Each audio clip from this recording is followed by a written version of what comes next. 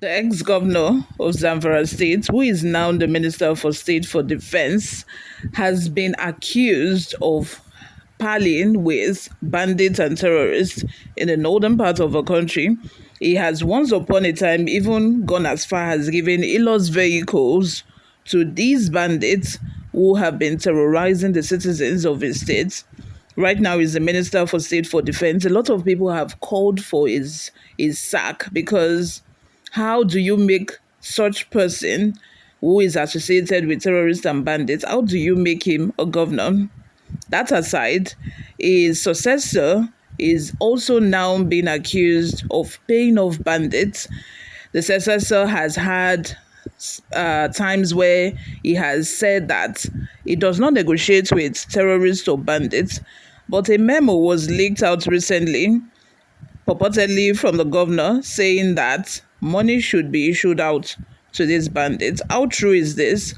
We are going to take a look at the details in a bit, but before we do that, if you haven't subscribed to this channel or this is your first time here, you're welcome. Please subscribe, like this video, share with your friends and family as well. Governor Daudan Lawal of Zamfara State recently addressed a viral memo alleging that his government had paid significant sums of money to bandits during an interview with TVC News. Known for his stance against negotiating with bandits, the memo came as a surprise and raised doubts. In the interview, Governor Lawal refuted the authenticity of a memo, stating that he was present at a council meeting on the day the memo was reportedly approved and had not signed any such document. He highlighted discrepancies within the memo, such as misspelling the name of a secretary to the government SG and incorrectly addressing the Commissioner of Finance. Governor Lawal went a step further to assert his innocence by making a bold challenge. He offered a reward of 20 million naira to anyone who could produce a memo where he referred to the Commissioner of Finance as HC Finance, as indicated in the fake memo, emphasizing his denial of involvement in paying off bandits. The governor cautioned the public to be wary of false information circulating online. He urged skeptics to verify the authenticity of memos at the Ministry of Finance to substantiate his claims. We've had times that governors, politicians will come out to say one thing and then they will do another thing. There have been times like that, so it doesn't come as a surprise that, this memo was leaked, where the governor, who has always said that it doesn't negotiate with terrorists nor bandits, is seen to have paid a huge sum of money to bandits.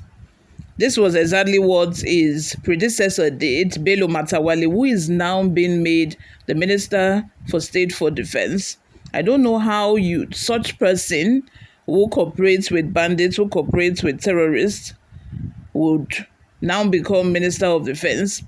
Someone who is in charge of, the nation's security. I don't know the logic behind that, but it seems as if that is the path that his successor is trying to tow. Probably, I don't even know what they might be thinking, because Matawalle was seen giving Ilos vehicles to bandits who eventually went, to attack villages with that same Ilox vehicle that was given to them by Bello Matawalle as a gift. And when the Nigerian army got there, they had to leave the Ilos vehicle in an hurry just to escape. You can imagine that. Even as a parent, you have a child, that brought someone else's property home, something that does not belong to him or her. Do you now, rub the child on the head and say, oh, you can keep it. It's your first time. Don't do it again. Does that work? No. You have to caution the child, let the child know that that is wrong. It is bad. Criminals in Nigeria should start taking accountability for their action. They should, in fact, be made to pay for whatever they've done. Amnesty is never the solution. I have said this over and over and over again. The US will tell you, the United States of America, they will say at all times that they do not negotiate with terrorists. There is a reason for that. There's a reason why the United States do not negotiate with terrorists. And not just the United States, there's a reason why that is like the number one rule when it comes to fighting against insecurity and insurgency in our country. You don't negotiate with terrorists, because if you negotiate with them, they will ask for something. When they see that you have given them that thing, that small thing that they asked for at first, that then their demand will increase over time. Their demand will start getting high, because they know that, okay, you giving us this thing we are requesting for means that you have been pushed to the wall. You have no escape route. You have no other solution to this problem that you have than to continue giving it to us. And they will continue wreaking havoc. They will continue terrorizing people. It's never the solution, because it just gives criminals more power. You are handing over your power to criminals when you accept to negotiate with them, when you accept to now be on their, to fight. You want to fight insecurity on the criminals' terms and conditions. It's just not possible. It doesn't work that way at all. You don't fight insecurity based on the terms and conditions that your enemy, that the criminals are giving you. You now think that you are going to fight insecurity successfully. It's just not done. It's just not possible.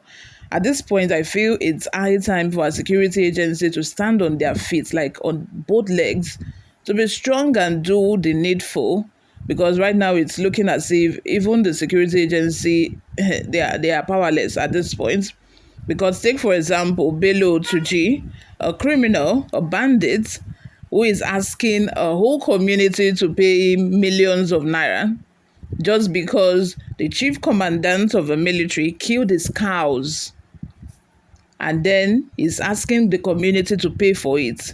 Maybe you are the ones that want to fight insecurity. Your guy came and killed my cows. You are the one that will pay for it. And the community have started contributing money.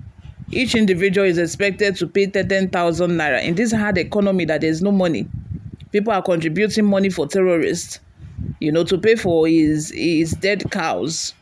That is how insane this whole thing is right now. That is how insane. It sounds insane, Save. It doesn't even sound logical to me, because what? In this country that we have police, we have the army, we have the navy, we have Amotekun, we have all of these security agencies, but yet they have not been able to find where Bello is. And the only thing our government officials think is good to do is to continue giving money out to the bandits. And you think they are going to stop? For where? You all, let me have your thoughts in the comment section. Thank you very much for always listening. I will see you in my next video. Bye for now.